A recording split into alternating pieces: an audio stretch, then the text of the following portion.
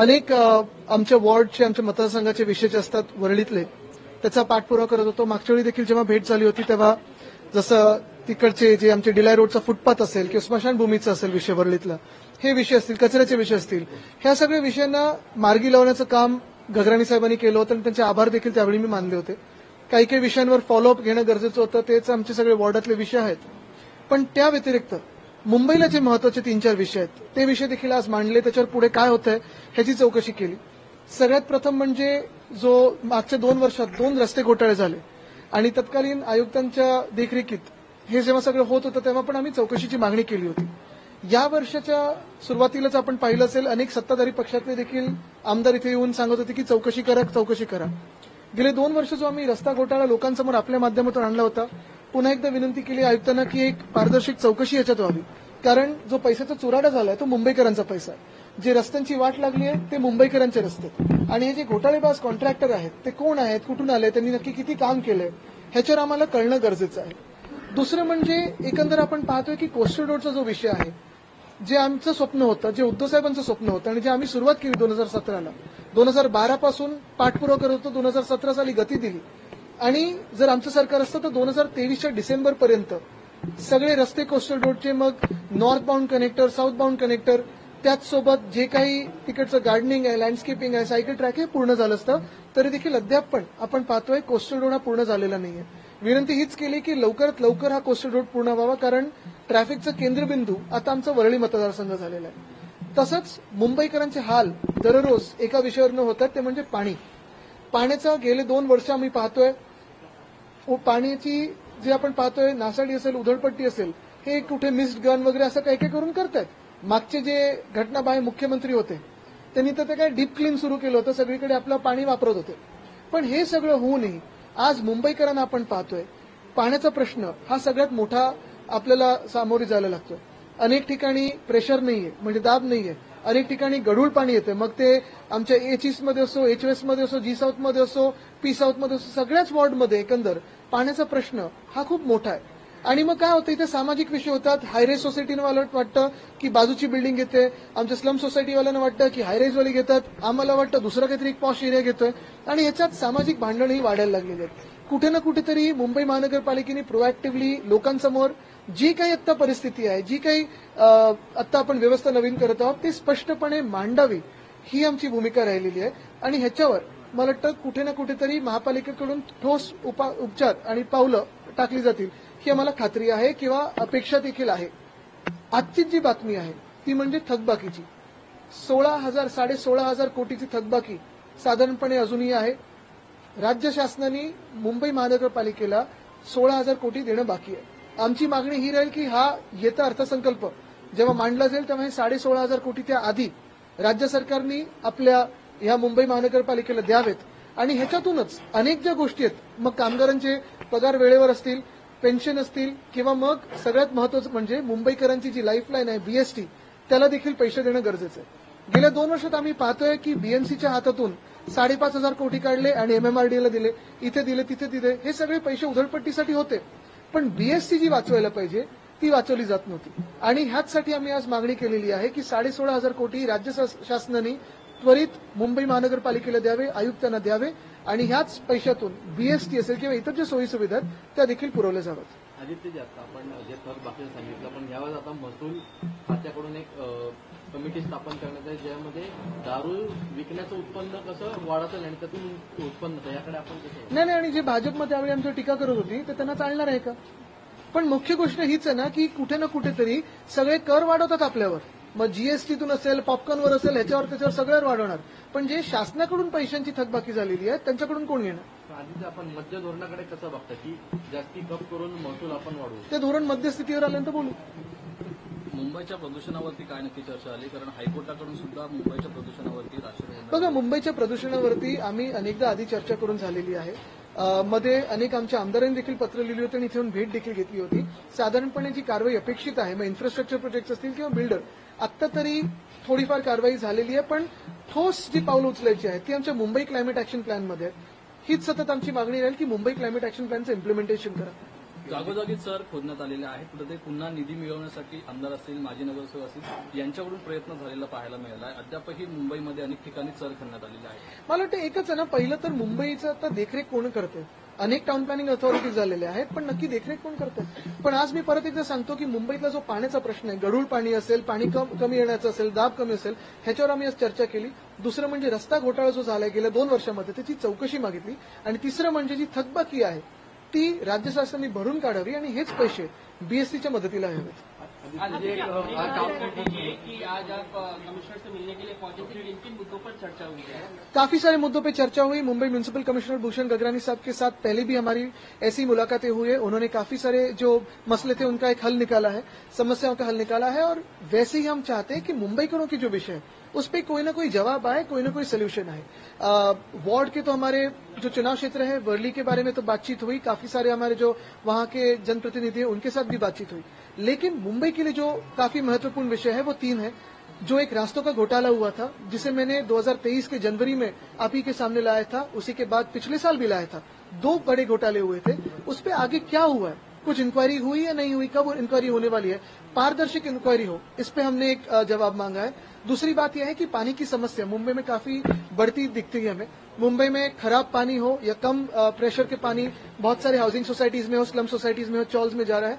तो यही हम मांग कर रहे हैं कि मुंबई की जो स्थिति आज पानी की, उस पर कोई ना कोई जवाब बीएमसी से आए. जो सत्य परिस्थिति है वो मुंबईकरों को समझे. और तीसरी बात यही है कि कोस्टल रोड जो हमारा सपना था, हमारा सपना है, और अगर हम सत्ता में होते, हमारी सरकार होती तो 2023 के दिसंबर तक पूरी कर जाती थी. आज अगर आप देखें तो पिछले मिंदे सरकार में डिले तो हुआ है, एस्केलेशन भी हुआ है.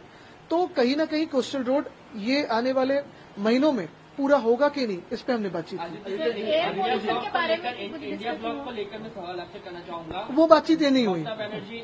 ममता बनर्जी हो या अखिलेश यादव हो, तमाम जो लोग हैं वो ये कह रहे हैं कि इंडिया ब्लॉक जो है वो केंद्रीय स्तर पर बना था, स्टेट लेवल पर इंडिया ब्लॉक की कोई जो है वो मान्यता नहीं रह जाती, इसलिए इसको लेकर कोई बात करने का औचित्य बचा नहीं है. नहीं, आज तो गगरानी साहब से उससे कोई बातचीत नहीं हुई. म्हणत होता तर आता जर तुमच्याकडे पार्किंग असेल तरच 4 व्हीलर हे तुम्हाला मिळेल, विकत घ्यायला लागेल, तर याकडे आपण कसं बघतो. मला वाटतं ह्याच्यावर असं काही लगेच कुठचंही धोरण आणून लगेच काही असं अंमलबजावणी होऊ शकत नाही. कारण महत्वाची गोष्ट ही आहे की अशी धोरण करताना मग आम्ही हे सांगू शकतो का की पहिलं तुम्ही रस्ते द्या आम्हाला नीट, मगच कर घ्या. कारण आता काय झालंय, मुंबईकर आपण कर भरतोय पण गेल्या 2 वर्षात कुठे कुठे खोदून ठेवलंय. म्हणजे खोदून काही रस्त्याच्या खालती शोधताय का नक्की तुम्ही, हा देखील एक प्रश्न आहे ना, सरकारला विचारणं गरजेचं आहे. कधी सिवर लाईनसाठी खोदता, मग बंद करता, मग परत रस्त्यासाठी खोदता, मग बंद करता, मग काहीतरी विसरता, मग खोदता. कुठे ना कुठेतरी हे सगळी धोरणं बनवत असताना लोकांना काय पाहिजे, लोकांना काय मिळतंय हे देखील विचार करणं गरजेचं आहे. तुम्ही आम्हाला तसंच जर नुसतं गाड्यांवर तुम्ही बंधन आणणार असाल, मग तुम्ही आम्हाला चांगल्या रेल्वेच्या सुविधा देत आहात का. दुसरी गोष्ट म्हणजे जी बीएसटी मुंबईची लाईफलाईन आहे, आमचं सरकार जरा असतं तर आता 2027 पर्यंत आणि त्याच्या आधी 25 पर्यंत पण साधारणपणे 7,500 बीएससीच्या बसेस 25 पर्यंत आणि 2027 पर्यंत 10,000 इलेक्ट्रिक बसेस आम्ही या मुंबईत आणल्या असत्या, 900 डबल डेकर आणल्या असत्या. ह्या बीएससी मधून आज देखील 32 ते 35 लाख लोक दररोज प्रवास करतात आणि सर्वात स्वस्त प्रवास करण्याची हे माध्यम आहे. मग ह्या बसेस का कमी केल्यात. Right. Aditya, I have an important story to ask you. You are in BMC. So Mirror Now is doing a special story related to the foundation which provides medicine to BMC. Now BMC has not paid the payments of last 6 months, which is of 120 crores. How do you see this case? Because from 13th of January onwards, that's from Monday onwards, the foundation of All India Food and Drug Administration Foundation is denying to provide any medicine to BMC. Can I tell you one thing? There is also one more truth to it, that the government of Maharashtra is yet to pay about 16,500 crores to the BMC. The most important issue is, unfortunately, in the Minde regime in the past 2 years, many of our government hospitals, BMC hospitals, BMC medical colleges have faced this apathy. The deans have been asking for support, the deans have been asking for help, the resident doctors have been asking for help, but be it the IV fluids, be it the X-ray films, new contracts haven't been given out, new tenders haven't been put out, and the saddest part is new medicines aren't being bought. They've been told to buy through CSR. This is the duty of the CPD of the BMC to buy medicines and put out these tenders in a legal format. But the CPD was kept busy with the street furniture scam, and today we are seeing that unfortunately we have to buy medicines through CSR. So this cycle also has to be investigated. Aditya जे एक video viral होत होता त्या संदर्भात तुमचा विनायक राऊत यांनी या संदर्भात सायबर सेलमध्ये तक्रार दाखल केलेली आहे. अरे हो, मी पण पाहिलं कुठून तरी काहीतरी कोणतरी वरती येते आणि खालती काय, म्हणजे काय संबंध काय. मी पण ह्याच्यावर सायबर सेलमध्ये गुन्हा दाखल करणार आहे, कारण असे फालतू चाळे कोणीतरी करत असतं. कोणाचे नाव चिटकवायचं, कोणाची बदनामी करायची. ज्याला हिंमत असेल, समोरून शिवेद्यानं हिंमत असेल तर कुठेतरी बदनामी करायची, असं काहीतरी चिटकवायचं कुठेतरी आणि सोशल मीडियावर चालवायचं, मग कुठेतरी ते अजून व्हायरल करायचं. हे असे घाणेरडे चाळे एकच पक्ष करतो आणि निवडणूक जिंकायचा प्रयत्न करतो. पण आम्ही नक्कीच सायबर सेलकडून अपेक्षा करू आणि मुख्यमंत्र्यांकडून पण अपेक्षा करू, कारण त्यांनी मध्यंतरी हाऊसमध्ये पण सांगितलं होतं की आम्ही चांगलं राज्य स्थापित करू. चांगल्या राज्यात अशा घाणेरड्या कामांना, हे जे काही फालतू व्हायरल करतात, त्यांना कुठेही स्थान नाहीये. पोलिसांच्या घरासंदर्भात तुम्ही जी सातत्यानं पाठपुरावा केलेला होता किंवा जे काही मागणी लावून झालेली होती त्या अनुषंगानं तुम्ही क्रेडिट घेण्याचा प्रयत्न करताय, असं कालिदास कोळंबकर यांनी आज आरोप केला. चला तुम्ही पण क्रेडिट घ्या. माझं क्रेडिटच हेच नाहीये. एक पहा, तुम्ही मवियाचं सरकार असताना, महाविकास आघाडीचं सरकार असताना आणि उद्धव साहेब मुख्यमंत्री असताना 650 कोटीची अर्थसंकल्पीय तरतूद आम्ही 2022 साली केली होती. ती पोलीस हाऊसिंगसाठी केली होती. आज आपण पहा, सरकार बदलल्यानंतर मरोळमधलं जे पोलीस इमारती होत होत्या त्या पूर्ण व्हायला पाहिजे होत्या 2 वर्षापूर्वी. ते झाल्यात का? माहीममधले पोलीस हाऊसिंगची काय स्थिती आहे, नायगावमधली काय आहे, वरळीमधली काय आहे. आणि आम्ही हेच सांगतो ना की सरकार कोणाचंही असो, पण पोलीस जे सेवा करतात, 24 तास मेहनत करत असतात, त्यांच्यासाठी 2-3 मागण्या आहेत. एक, दंडशुल्क जो आहे, जो आमच्या काळी 20 रुपये पर स्क्वेअर फूट होता, तो आता भाजपच्या काळात 150 रुपये पर स्क्वेअर फूट झालेला आहे. तो स्थगित करा किंवा तो 20 वर आणा परत. दुसरी गोष्ट म्हणजे रिटायर्ड पोलीस परिवारांना मुंबईमध्येच घरं द्या. कुठेही मुंबईच्या बाहेर पाठवू नका, कारण ह्यांचा पहिला अधिकार ह्या लोकांनी मुंबईचं रक्षण केलेलं आहे. तिसरी गोष्ट म्हणजे जे सर्व्हिस क्वार्टर्स आहेत, जसं वरळीमध्ये आमच्या काळी आम्ही 10 इमारती बांधणार होतो, तो प्रस्ताव तयार आहे. सरकार पडलं नसतं तर हे आतापर्यंत काम सुरू झालं असतं. त्या 10 इमारती कधी होणार? नायगाव वडाळ्यामध्ये ज्या इमारती आहेत त्या कधी त्याचं नूतनीकरण होणार? या माझ्यासोबत या, आपण स्वतः एकत्र काम करू. ह्याच्यात क्रेडिट कुठे? आणि तुम्ही जे करू नाही शकलात 9 टर्म, मी माझ्या दुसऱ्या टर्ममध्ये प्रयत्न करतोय. 9 टर्म तुम्ही नाही करू शकलात आणि माझ्या तुम्ही बोलताय. तुम्ही स्वतः काय केलं ते दाखवा ना. उलट त्यांनी एवढे ज्येष्ठ असताना सांगायला पाहिजे सगळ्यांनी एकत्र मिळून करू, मुंबईकर म्हणून करू. तर पक्षाच्या अडचणीच्या काळामध्ये काही माजी नगरसेवक नाराजी व्यक्त करतात. मात्र उद्धवजींनी तुम्हाला जायचं असेल तर जा, अशा प्रकारच्या सूचना दिल्या. नक्कीच आमची भूमिका हीच आहे. जे गद्दार गेले आमच्यातून, त्यावेळी मंत्रीपद, युडी खातं वगैरे स्वतः भोगून मजा मस्ती करून जे पळाले डरपोक लोक, त्यांना आम्ही कदापि थांबवणार नाही. ज्यांना पळायचं असेल त्यांनी पळावं, कारण हे महाराष्ट्र द्रोह करतात. जे महाराष्ट्र लुटू पाहतात, जे मराठी माणसाला चेपण्याचा प्रयत्न करतात, त्यांच्या बाजूने उभे राहतात. त्यांच्या ते पुढच्या पिढ्यांना काय उत्तर देणार? स्वतःला आरशात तरी पाहू शकतात का? आणि अशा लोकांना आमच्या पक्षात स्थान नाही. ज्यांना जायचं असेल, पळून जायचं असेल, डरपोक लोकांना त्यांनी पळून जावं. आमच्यासोबत जे राहतील ते महाराष्ट्रासाठी लढणारे राहतील, महाराष्ट्रासाठी जगणारे राहतील. एकत्र लढणार आहे का? कारण राष्ट्रवादी शरद पवार गटाकडून असं बोललं जातं की कुठेतरी मुंबईची महानगरपालिका शिवसेना. बघा अजूनही अनेक लोक चर्चा करत आहेत. फक्त मी त्याच्यावर काही बोलणार नाही.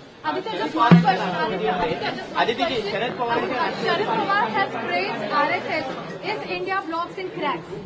I don't think by praising anyone gets into cracks, because finally you can praise anyone. You can like someone's way of working. You can like someone's some system. That's not a problem at all. Sharad पवारांच्या राष्ट्रवादीमध्ये 2 कुठेतरी मतप्रवाह तयार झाल्याचं पाहायला मिळतंय. एक गट जो आहे तो थेट सत्तेत सहभागी होण्याच्या सूचना त्या मत मांडताना पाहायला मिळते. दुसरा पवारांच्यासोबत महाविकास आघाडीमध्येच राहण्याचं मत व्यक्त करताना पाहायला मिळतं. मला वाटतं आता आम्ही जे प्रश्न घेतलेले आहेत, जे मुंबईचे आहेत, त्याच्यावरच मी आता बोलू इच्छितो. लोकशाही मराठी ऐका, पहा, जागरूक रहा.